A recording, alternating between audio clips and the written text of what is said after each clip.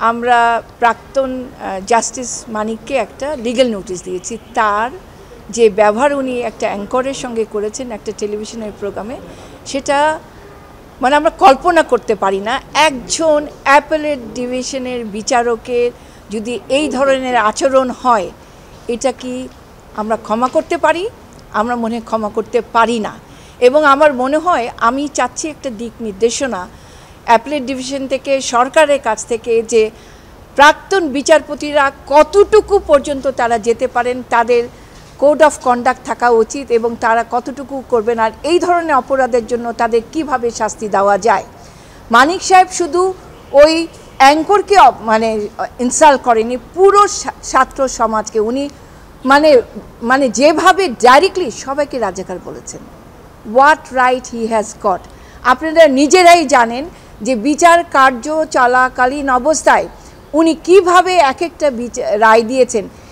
Even কি উনি ওনার জন্য বিমানে প্রথম ক্লাসের একটা টিকিটের আইন নিয়েছেন, রায় করেছেন।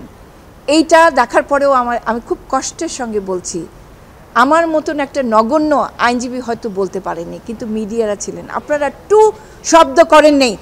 একজন বিচারপতি তার টিকিটের জন্য বিমানকে ডাইরেকশন দিয়েছে যে ফার্স্ট ক্লাসে তাকে টিকিট দিতে হবে এবং প্রত্যেকটা বিচারককে দিতে হবে। এই জাজমেন্টটা আমাদের বিচার বিভাগীয় কোনো তদন্ত হয়নি, কিছু করে নাই। তো আমার মনে হয়েছে যে এই অ্যাঙ্কারকে যে রাজাকার বলা হয়েছে, এটা দিয়েই আমরা শুরু করব। এই ধরনের বিচারক যারা অপব্যবহার করে, সিস্টেমকে অপব্যবহার করে, তাদের আমাদের বিচারে নিয়ে আসা উচিত। এটা তো মনে হয় না তাহলে উনি অসুস্থ মানুষ কেন ঘুরে বেড়াবে? কেন আমাদের টেলিভিশনের যারা চালান টকশোগুলো তারাও জানেন যে উনি কি এমন অসুস্থ মানসিকতার ব্যক্তি, তাকে বারবার কেন নিয়ে আসতে হবে? এটা ওনাদেরও দোষ, কারণ আমরা চাই এইরকম একটা নির্দেশনা বলি যে ওনাদের উপরে থাকবে যে they need to have a guideline, যে তাদের টকশোতে কারা আসবেন, কারা কথা বলতে পারবেন, এবং টকশোগুলো need to have a neutral views.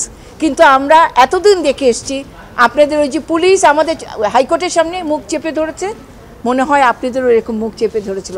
সেই জন্য আমরা অকথ্য অনেক স্টেটমেন্ট শুনেছি যেটা নিউট্রাল কোনো বক্তব্য ছিল না, বরং একটা আমি কি বলবো ন্যাক্কারজনকভাবে কিছু ব্যক্তিকে আপনারা তেল দিয়েছেন, আর কিছু না।